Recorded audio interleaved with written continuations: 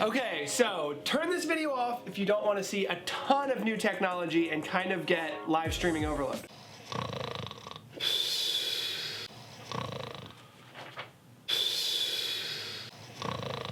If you can't handle it, it's okay. This is for adults only. You might need supervision.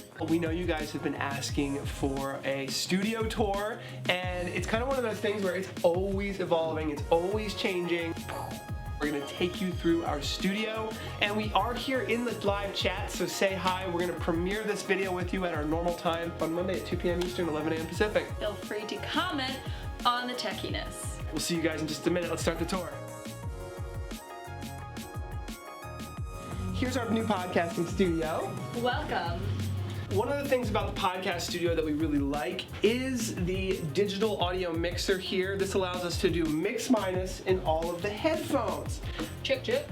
What's mix minus? Well, essentially, you want to have a mix of all the microphones and all the audio sound effects that are coming through, maybe even a guest from around the world, but you don't want to hear yourself in the headsets. So we create a custom mix minus using this digital audio mixer. We have our PTZ Optics producer kit. Check out this cabling that Melissa put together. Organization is key. Look at that. So it's a 2-camera system, 3-camera system kind of, if you include this ceiling camera right here. The things we do usually is we have this light off, and that way we can pretty well control the temperature on these LED lights, and we seem to be getting a pretty cool kind of chill vibe, if you will. Absolutely, can't forget about the keys. And we have the custom X keys that Tess designed here. You can see we have, we really just do the intro, outro, and then a bunch of sound effects that we do all the time, which is really fun. We generally connect this studio directly with our live streaming studio, which we'll show you in a moment, and we do that over our local area network using the NewTek NDI. This is all new. We put in this acoustic paneling. I think it helps. It's a busy road here. It's probably the busiest road in Westchester, right here. It really is. This is Market Street. We're in the heat of the action, which is super fun, but can get tricky when it comes to audio. It can get a little tricky, especially with those low hums. So what we'll do is a little bit of EQing in our digital audio mixer, but even more in the outgoing video production software. We're using vMix, and we use the Waves VST3 plugins. Should we head to our newest studio yet? Yeah. Okay. All right, this way. I think down here, what we did was we actually ran XLR microphones from all the way up the ceiling in the corner there, all the way over to the digital audio mixer. Instead of putting in a completely new live streaming system, we just ran 2 SDI cables for 2 new cameras and 2 XLRs for the mics. And so Tess and I, we've only used it a couple times. Yeah, we like to make this like a chill space for our post shows and to connect with our audience, and obviously do some vlogging. It's been really good for the vlogging to have this like kind of cool, colorful set. We even got a custom LinkedIn pillow. It's also a perfect place for an afternoon nap. Yes, you'll find me here generally trying to decompress a little bit. Just kidding, bosses. All right, so there's just 2 lights in here. Obviously, building a set is awesome. And then you may have seen that we had a 12x PTZ Optics Z-Cam on a slider rail. That was really fun. We moved that to the studio. We're kind of moving that around a little bit. So maybe we should take them over there and show that. Let's go. We put in these glass whiteboards. They're so much fun. And I am planning on doing some more coursework here and trying to be a little bit more of a professor. That's why I have this cool professor jacket. But we did run this is a HuddleCam HD Simple Track. It does auto tracking really well in this space. So we ran 1 SDI cable and 1 Ethernet cable all the way back to our main studio. Welcome to the big studio. You can see it's a bit of a mess. This is our newest toy right here. This is the Q-Script 5000 or something of that nature. So before we had this, we would essentially have an iPad or sometimes just like an iPhone, and we had a little $10 app on a teleprompter. Couple things about this that makes it so cool. It's got this awesome, it's on wheels, although it's a little big, Tess, and Michael knows this, it blocks some of our other shots. So if we're using it, we kind of roll it in and use it. Otherwise, for permanently, I'm not sure if I like it on the as side, much. I'm thinking. I know, like I'm thinking. What do you guys think in the chat? Where does this fit in this space? We gotta figure out somewhere to put it because it's so darn big. The thing that I really like about this is that this monitor right here takes an HDMI video signal from our computer, so we can actually see a live preview on this, Cool. and then switch back and forth between the teleprompter. Let's talk about the cameras because they're all around you. We have lots of cameras here. Mike sits back here and he is the producer. So Mike's back here, he's producing, he's got a couple different cameras. We just upgraded our computer to 4K, and I know this looks like a mess. It always looks like a mess, even though you can tell that we have tried here.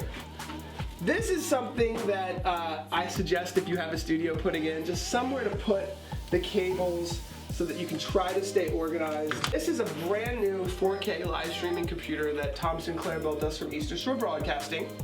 We've got some wireless mics coming into a Scarlett Focusrite. This thing's been lasted forever. The second generation Scarlett. I like it better than the Behringer products. There's just so much tech, and you guys have seen us over the past year. Everything is transformed. We have two cameras here. Mike loves these. They're controlled over the network. You can see we're taking a lot of great steps here. We've labeled every single camera so they all have a friendly name and an IP address so we can quickly look back and forth. We finally got our tally light systems in place. Little cost savings here. One tally light, two cameras. So if you know to look in this general direction, you kind of know. So we've got our tally lights running. Mike's got a couple different joysticks here to quickly operate things. Still trying to find the right place to put this teleprompter. The reason why I love this teleprompter is, let's say it's spaced like this. It's got a huge pane of glass here with a PTZ Optics 12x SDI camera inside. So this camera can almost like literally have a shot all the way over here and all the way over there and anywhere in between, and the teleprompter is still useful. Most traditional teleprompters, probably 95% of teleprompters out there today, just have a single camera in there zoomed into a single spot, right? So this gives you a whole bunch of flexibility on that front. This is our close-up Z-Cam. Another nice little tally light there. It turns red when it's on, green in the back when it's in preview, so it gives Tess an idea, when we're moving. By the way, the floor mats, Tess, we like to stand. We might be building another studio. I am so happy the way this turned out. Yes, me too. Great place to display products. As you can see, we've got the gang all here having morning coffee. And then we can talk about whatever it is that we're working on. Obviously, you use the Q-Script controller for maybe an above Now you haven't used this yet. No, I haven't. I'm very excited. So we gotta find a spot where this is going to be comfortable. How often do we actually need a teleprompter though? At this point? We generally go off script. We don't always do teleprompting work, but we're going to be doing a lot more. The courses and prepared content of some sort. And maybe, exactly. We might, if we seem overly professional, like we're hitting all of our lines, we're probably reading a teleprompter. Hopefully you won't be able to tell. Do you want to talk about a new product behind us? Yeah, so we got some new stuff over there, but just generally, this is an HDMI monitor. We were running it from our studio so that Michael could control it, but we just found that with all the things that Mike's doing, having to also control another display was crazy. So we just ran a short HDMI here so that we can just plug in our laptops, and Mike kind of came up with the idea of just showing the thumbnail of the show. Generally, that's all I'll do. I'll plug my laptop into Ethernet, and then we're using the NDI for almost every show to just send the content from my laptop back to Mike, so I could move slides, show videos, do whatever I need to do directly into the video production software, so we can be more of a team. This looks kind of crazy because it's cracked. I cracked it not long ago when I was being crazy, but it still does work, and nobody wants to fix these darn screens. We've tried, but I know a place. Well, let's take it there. But for now, it's still NDI telestrator. That's all it really does. Completely wireless, and it will essentially just connect directly to our production, and I can circle things in telestrate. Okay, so that takes us to over here. Let's do it. All right, so we have. This is something that I just built because we are going to be getting more mobile. So we're going to be going out and about, maybe this Friday, I was sort of thinking to get out and about. Let's see. It's a lot of work to take all of your video production equipment and go somewhere, but we really want to show this wireless capability, the new PTZ Optics wireless cable in use with the PTZ Optics camera. And this is a really cool speaker stand, so we could actually get 4 cameras on one of these. Each of these is capable of holding 2, right? Yeah, and it's a lot sturdier than a regular tripod. These speaker stands are much bigger. If we needed to, we could literally get above people's heads. How high does that go? So it goes pretty high. Let's bring it down. And yeah, this is kind of like our life, like finding stuff like this, getting it from Amazon, taking it out of the box, seeing if we're missing something. What are we missing? Do we need another 1/4-20 screw? But as you can see, careful Tess, there's a lot. Now this is one of my favorite new little toys. It's just a rolling desk. So this desk here simply rolls right up. You can see we've got a lot of toys on here. This is the Elgato Stream Deck. At some point we're going to create a tutorial on how to use this to control the PTZ Optics cameras. This right here, I don't know if this turns on or not. Okay, this is out. Oh no, it might actually. Let's see if I can get this going. Let's see. Boom. So this is just a little slider. This is an Ashank slider we got on Amazon. We're putting our 12x Z-Cam on there, so we can get an SDI video output or an NDI video output. And what we'll do is we'll kind of like roll this up to a product area and plug it in, and then just get these like beautiful shots of different things during our live production. So this has been pretty sick. Yeah, it has. It's been a lot of fun. That's a nice little effect to our streams. This is either in this studio, or we just take this thing and we put it over in our intro studio in my office that we talked about, we looked at. And then this desk is great. So what we've done a little bit of is rolling this over here and shooting on this reflective chroma key green screen. Now I'm not gonna lie, I actually don't like this thing anymore. What? I don't like it. You used to be our It's friend. so annoying to use. I'd rather just have a freaking green screen. Really? Yeah, after using it over and over and over again, I don't like it. It's too complicated. I don't like that little ring thing only fits on some cameras. And I'm Might have to update our review on that then. I'm going to put it on eBay, or I'm get rid of it. I'm going to get just a chroma key green screen. Now I like that there are hooks there so we can take it off and on. But because if we just had a chroma green screen, then we could shoot with that camera, this camera, doesn't matter what camera. And as long as we light it right, it should be good. But I do like, when you're doing a green screen like this, to have a little something in front of you like a desk like this. It does have a crank. Oh my goodness. So you can kind of get the right height. And I think it just adds that extra little dimension when you're doing green screening, to have like a computer in front of you or whatever you're talking about in front of you. So yes, I'm going to be replacing this with something. I have to do some measurements. Maybe I'll buy that today on Amazon.